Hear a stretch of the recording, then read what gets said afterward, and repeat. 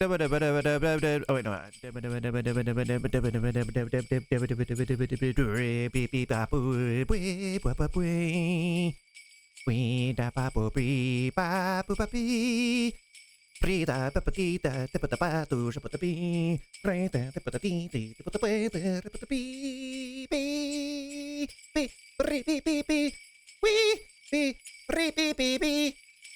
To watch us every goddamn time, so you do too.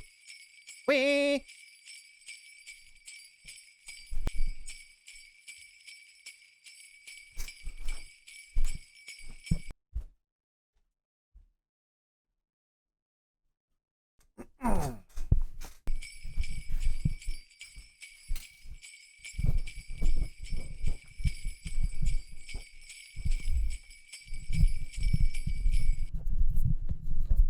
Hey Kevin, how's things? I hope all is well. I hope the family's doing well, and you appear to be in good health. I don't know. I don't know yet. I do, however, wish many happy returns for you and yours, and many tidings this coming holiday season. I know what you're thinking, and I'm sorry, but this is the only hat I could find. I know what you're also thinking, and yes, I invited you to my glitchy Christmas-themed mind palace for a reason. Please try to take this in the most constructive way possible, and I promise that I mean this with all due respect to your craft, your art, your signature, and your legacy when I say, you're fired. Get out. Okay, maybe that's not what I meant to say. Little harsh. Pack your shit. Sorry. Let me try that again. I'll try to remain unemotional. Get out. Okay, so I can't fire you. You probably already knew that, but I don't think that's what most people want anyway. But sir, something has got to change. I think it's pretty clear that both box office and fan reception on both the media and content creation side, as well as just the average guy off the street side, have been suffering. And as a result, as two professional business adult people like ourselves can surmise, so have the dollars coming in and going out to the investors' pockets. Sure, some of this can absolutely be attributed to the occasional once-in-a-lifetime pandemic, culture wars, boycotts, and tragedies of all assorted manner befalling both actors, those associated with them, and productions in general for whatever reason. I don't mean in any way to sound blasé about any of these things, except for the culture wars. That's stupid because, let's establish this from the get-go. I can totally accept that inclusion for inclusion's sake is, of course, pandering and questionable marketing considering the result. But the idea that inclusion or being aware of social injustices is somehow racist itself, or that any evil results from including marginalized voices, is just a brain-dead bullshit take, and often cases just an excuse to be racist or phobic. To the contrary, I think it's all this recent loss and turmoil that makes things like what I'm about to say even more important than ever. I wanted to give you, Kevin, my dude, a special gift this holiday season. I don't personally know you, so I can't send you anything like a tasteful decorative candle or a hand-hewn twine-wrapped jar of pepper jelly. Probably would have made that myself, thank you very much. Sadly, no. All I have for you is a gift consisting of words into the air and onto the screen, from my mouth to your ears and eyes, and some communication, if you will, from a fan who technically owns this nerddom right along with you, like a partner, like a Scrooge and Marley. And just as Scrooge was bid by his partner Marley, aka me, the Gooster, to heed the words of the three ghosts of Christmas, I give to you the gift of communication in the form of 3 reminders. One of your past, one of your present, and one of your future, which I know doesn't make sense, but we'll just go with it for now.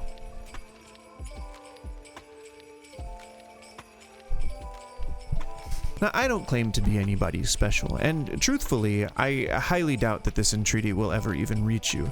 I'm not delusional. But if I don't post this letter, if I don't say these words, then just like if the heroes I have idolized over my entire life simply stood by, I'd be no better than the bad guys myself.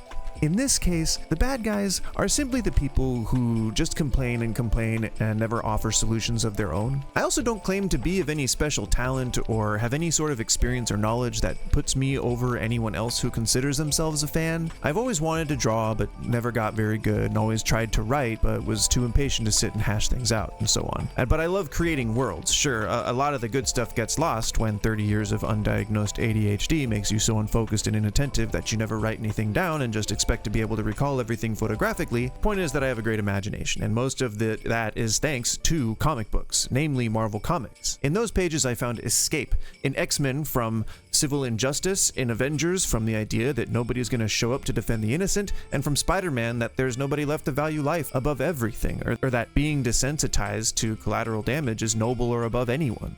Whatever anyone's opinion is on things in their current state, I think it's safe to say that most fans found something to relate to in those pages. This is where I leave you with your first reminder, Kevin. Remember. I'm still here. I can't go anywhere. This is my glitchy Christmas-themed mind palace, so I kind of have to kick you out. Anyway, the first reminder is that you're one of us. You're the one of us, okay? I used to wake up around sunrise when my mom was still asleep, so I'd have enough time to watch 2 full Godzilla movies, okay? I saw Mothra about 100 times. I saw Godzilla throw that weird garbage space monster into space or whatever, I don't remember, also about 100 times. At night, when my mom's sleep timer would turn off her TV, I would turn on Monster Vision with Joe Bob Briggs. I'd watch horror movies of the time, TNT reruns of Planet of the Apes, and James Bond movies. During the daytime, though, I was totally into Ghostbusters and TMNT, and when my mom's job at the Salvation Army Donation Center introduced comics into my life, I mostly became associated with the B plots that nobody really liked. You know, I fell in love with the underdog storylines before I even knew who the main teams were. I became introduced to Clone Saga, you know, Doppelganger, X-Force, Sentry, the Connecticut stuff, and X-Men, the Hellfire Club stuff, the Morlocks. I think we all remember a lot of that stuff, and some not too fondly. But I was here, and I liked Spider-Man when nobody else did, okay? In all his shitty glory. Anyway, the point of this reminder here is that you're a fan too, man, all right? If a lot of that history resonated with you, then look at me as being on the other side. I'm basically your counterpart, and I'm seeing the universe that I grew up revering and hoping I'd one day get to see on the big screen here, dying on the vine. I don't think I need to show you a this is your lifestyle sizzle reel on how happy you seemed to be back then working on X-Men and subsequent projects. But you knew it, you know, you knew you were the man, you knew you were the man being the man, you had the Marvel Riz, or whatever the kids are saying, you know, I don't know, you don't know better than I do, you're only 11 years older than me, which is perfect mentoring age. Just saying. You remember how you felt anyway. That's the point. So yeah, this is just a simple one. A simple reminder that you are one of us, gooble goggle, gooble gobble, jaboggle, a nerd and stuff. And we all get excited over the same things, right? Heroes having human stories while accomplishing amazing feats in the face of great resistance, right? So I only ask that you remember the past. Spotlight is a good start, but remember also that in the era of hero movies, how little interference X-Men seemed to have, and how edgy and cool it was that the Deadpool test footage released, you know, anonymously, that ended up getting the movie made, right? Or the darkness and horror of the first Blade movie, right? Lo siento, Guillermo. The feeling of watching an actor of relatively low fame growing with a role and defining it, and often their entire careers, is cool as hell, man. Sometimes influencing the appearance of their counterpart in the comics, a la Samuel Jackson. And then we get all the fun trash talking in between, you know, between the actors and the production crew, and all like, oh, you know, I think Captain America could take on this guy, or I think that Loki could take on that guy. It's all in good fun, and it was about making comic book movies. Including up until recently, seeing storylines I grew up reading make it onto the big screen. No matter the capacity, I was happy to be there, and I'm sure you had, or still have, the same positivity about your baby, you know? I'm not saying that you've lost the plot, or that you've somehow lost focus at all, but let's face it, man, Uncle Kev. Do the modern projects reflect the same sense of awe and wonder as seeing the Winter Soldier stop Cap's shield mid-flight, or the team-up culmination scenes in any of the previous Avengers movies? Just like the heroes, sometimes we need a little saving ourselves. Sometimes we need to be reminded. And this is me doing that, reminding you, if that's not yet clear. Anyway, moving on. The second reminder is of your present. Do you happen to recall how many of your previous coworkers were actual, real fans of the comic books they were based on, the movies were based on? How many could you say were real, diehard, true fans and not simply wanting to make a movie, or worse, a buck? Now look at it today. You still have the same corporate people, even more truthfully, but even in some of those cases, most, if not all the people working on movies in the MCU are actual fans of the content. Now, that's amazing. It makes me emotional to think that there are so many people out there that get to live their dream and to help bring something that they grew up in love with to life on the big screen or even in television. It's awesome, and it definitely doesn't need to stop. I simply want to remind you that back then, yes, I know I'm talking about the past, and that's what a reminder is, damn it, there's still a theme here, that you were the voice in the room. Sure, not the only one, but it was you who championed the cause, right? You were the Dave Filoni, and nowadays, the Sam Witwer, questioning his own director on his own creation, the salmon fighting against the tide. Probably a bad metaphor. While it's awesome to have so many different voices on so many different aspects of the films and TV projects, it's actually really easy to lose the central message in all the noise. It's our goal to manifest the things that we believe into our work, and that goes for personal values, cultural inspirations, traditional ideals. Lots of factors can affect how someone interprets an artistic work. And while I may see a 6'5" cap, you may see a 5'8" cap. So our casting choices may be different. I'm not saying that there's no central direction, or again, I don't want to get canceled. I'm not saying that inclusion is bad, nor are collaborative work environments for that matter. I feel so bad for having to say all this, Kev. I really do. I love the MCU, but I really feel like the key here might be realizing that you have to say no to some of those voices. I think in order to really move things forward, to really have the amazing ideas bubble to the surface, instead of using the same writing teams because they get the best audience algorithm or whatever the stats the eggheads come up with, and forcing them to go over to companies like Insomniac or DC to run things, the reception of products like Spider-Man, PlayStation, and Peacemaker show that in multiple forms of media and different franchises alike can be insanely popular with the great story, regardless of who's playing the role or even who the hero is, whether it's a villain or a hometown neighborhood Spider-Man. The thing to remember here is that, as I'm sure you know, Gunn is very specific with his storytelling. He says, I want to do Starro, I want to do Weasel. Like, who on earth understands who anyone on the non-Ayer Suicide Squad was? It was awesome, okay? And no matter what, he makes that shit work, to the detriment of his career over the years, to be fair. If you look at his history with trauma and horror movies in general, we know the same thing about guys like Nolan, Raimi. They tell their story. We got a whole rewrite on Multiverse of Madness, and Dark Knight is still highly regarded.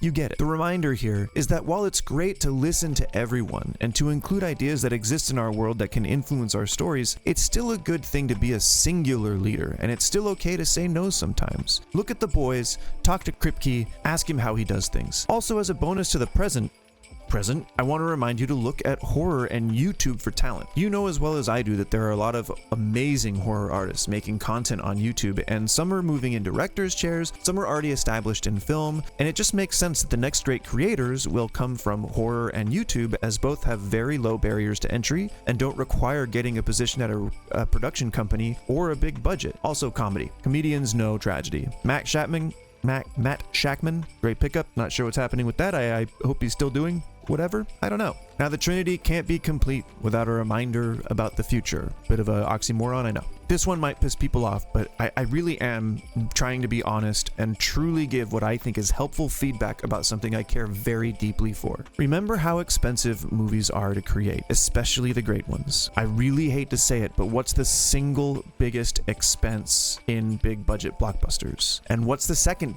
biggest expense? In the previous reminder, I said that horror and YouTube are easy to get into because they don't cost a lot. Films can't be serialized with large expansive universes crossing IPs, team-ups, cameoing on TV, etc. when they're built around the name recognition of the celebrity involved. That extends to directors and writers too. I know that this is a take. Forgive me. Please, everybody, take a second to collect myself. I mean it. No more RDJs, no more Hemsworths, unless they take massively reduced contracts. But seriously, it's not hard to find actors. And while it may be harder to find actors that can act or that will be willing to grow with an IP for over a decade, Juilliard exists. Plenty of schools exist where you can find great talent, but also we've seen over the years plenty of emerging talent in Tom Holland, Tom Hiddleston, Tom Hardy, to a lesser extent, whose breaks came directly from or directly related to their roles in superhero films. Now that we're seeing a cycle of time move around again, where horror is coming back to the forefront like it was 30 years ago, the horror directors are now moving over to direct hero films again, like Batman, the Joker, with Todd Phillips being a comedy guy, and Raimi coming back for Multiverse of Madness. We might see the best talent coming directly from that YouTube Blumhouse A24 teat, okay? So building a hero's identity around a specific celebrity also means that while they're playing them, there's continuity to ruin. And nobody, at the very least,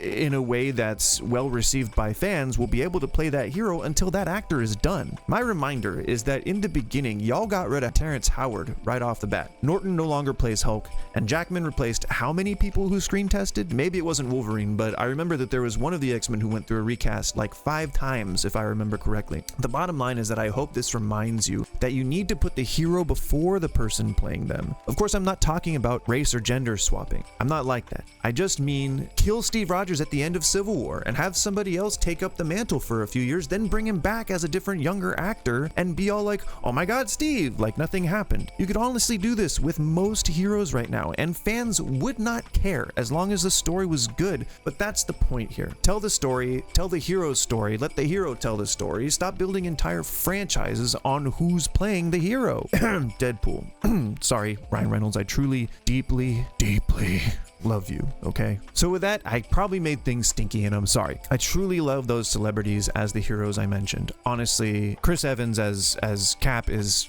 so cool. They're just too damn expensive to be in anything right now. Take less money or contribute to the failure of the thing you love the most. I don't know how else I can say it. But even if we do get a focused direction and new, less expensive talent, how do we continue from here? That's a good question. Well, recently, Ryan Airy had a theory that I liked to make Tony Stark the villain of the remaining multiverse arc. I like that. Okay, so let's build on it. Let's say that, for example, New World Order establishes a global geopolitical struggle where lines are drawn over any number of things that we've seen on the ground level. Okay, so this is where Dr. Doom would be introduced as a passionate and inspiring world leader. This could be a great opportunity for him to establish himself as a powerful player behind the scenes, and it could even potentially be him that reveals the existence of Talokan in an effort to undermine and bring scrutiny to Wakanda and upend their status at the top of the global stage. He could reveal that he's the guy behind the power broker and that he's housing a huge army of asylum-seeking aliens in the wake of the president's decree and secret invasion. He could reveal that he now owns Hammer Industries and has purchased Stark Tower, and that he's aware that Mark Spector stole a priceless heirloom from him, confirming that it was Latveria that Mark was in. Basically, he'll take credit for a lot of the remaining questions we have from other projects going into Secret Wars, and there's probably not enough time to develop between now and then, posing himself instantly as a big power player behind the scenes and tying up most of those loose ends to explain it all with Doom. Give him a couple of scenes to really chew it up and spit it out and chew it up again and make him imposing, unquestioningly loyal to Latveria and its people, but despotic, takes no shit. Then in Thunderbolts, which I have a fully fleshed out pitch for, by the way, just saying. It's really cool, actually. It establishes Robert, still being played by Steven Yeun, as being a previous Avenger who has been mysteriously forgotten by the world, who used to consider him a hero, causing him to retreat into alcoholism and a life of struggle and mediocrity, making him ultimately question whether or not he was truly a hero in the first place, or if his entire history of saving the world from his ultimate nemesis, the Void, was entirely in his head, the product of his desperate desire to save others because he can't save himself, and that he has simply given himself up to a sad delusion. He has a bad, monstrous moment of rage, and his wife leaves, and subsequently he tears this apartment apart in another fit of rage and discovers the serum. Downing it, he sparks a memory, and that he actually could be the superhero that he thinks he is, and he attaches a towel to his shirt with clothespins like in the comic and floats off in search of the truth. I've got the whole thing, so I can send it over if you want to have your people contact me. It's a great story, and I would totally sell it if you wanted to buy it, you know?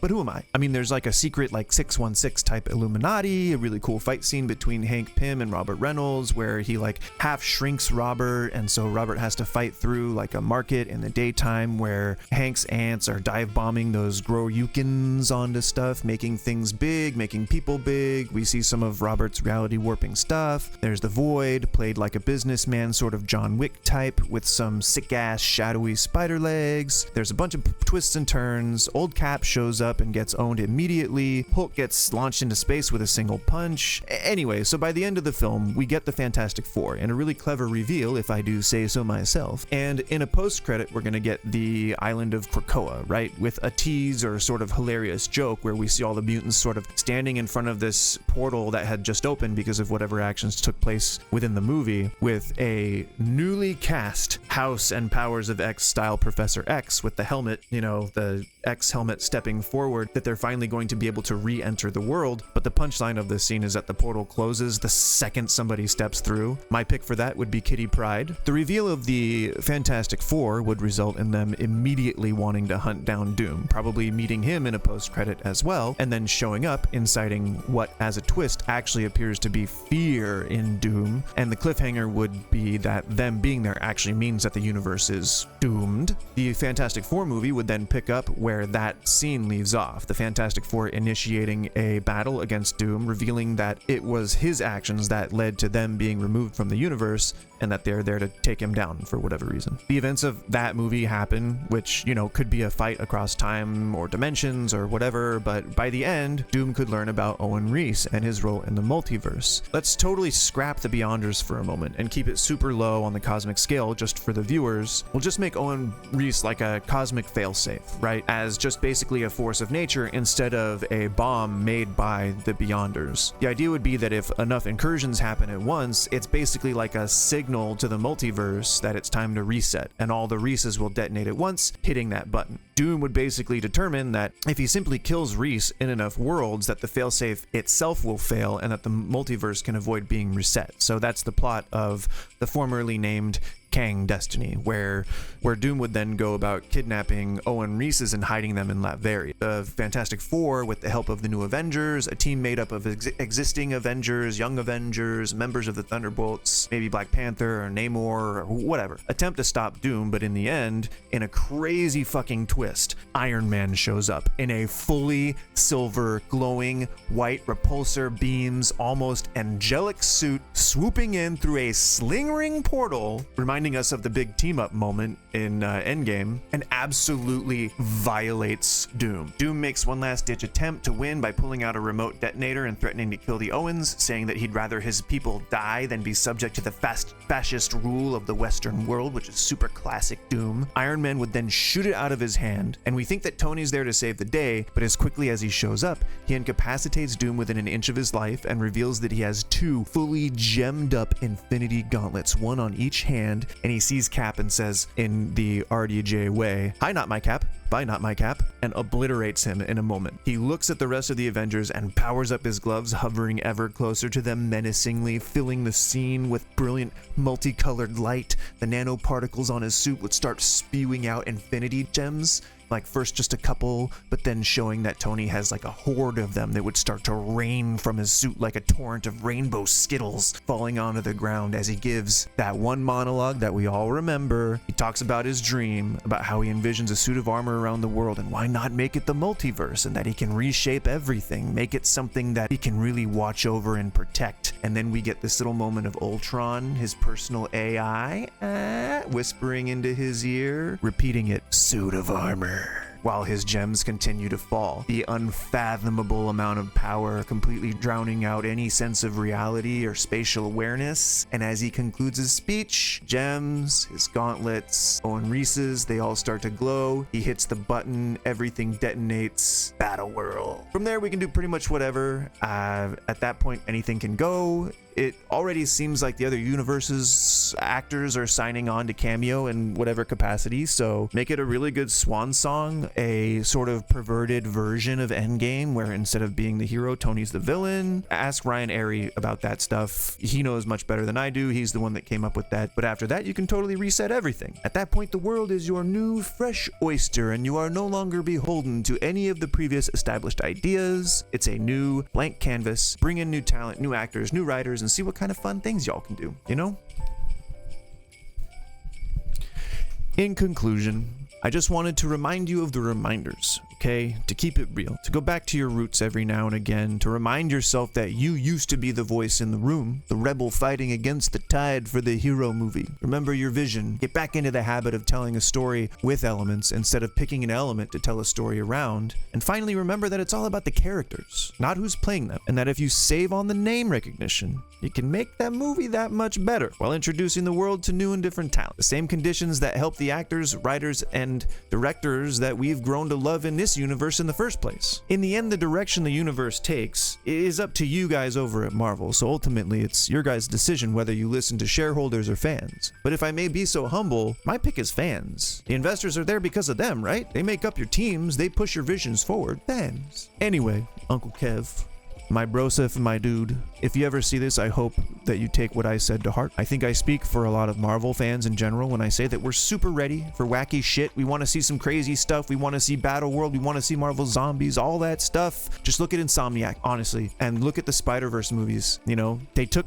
2 Spider-Man games and they said, let's just put everything in here, like everything. Let's, hey, staff member, what do you like about Spider-Man? Yeah, put that in. Like fans are ready. I promise, fans are ready. Look at the scene where Miles is fighting Peter in Spider-Man 2 PS. Like it's intense, emotional, and nobody knows the faces of the guys that did the motion capture. I'm sure some people do, but for the most part, they're no names. Like nobody cares. They were invested in the scene, you know? Anyway, man, not to beleaguer this point any longer. I hope you have a really great rest of the year. And if you have any questions, have your people reach out to my people, because I guess I'll pretend to be important like that. I'm important. Hey, that's about all I got for you.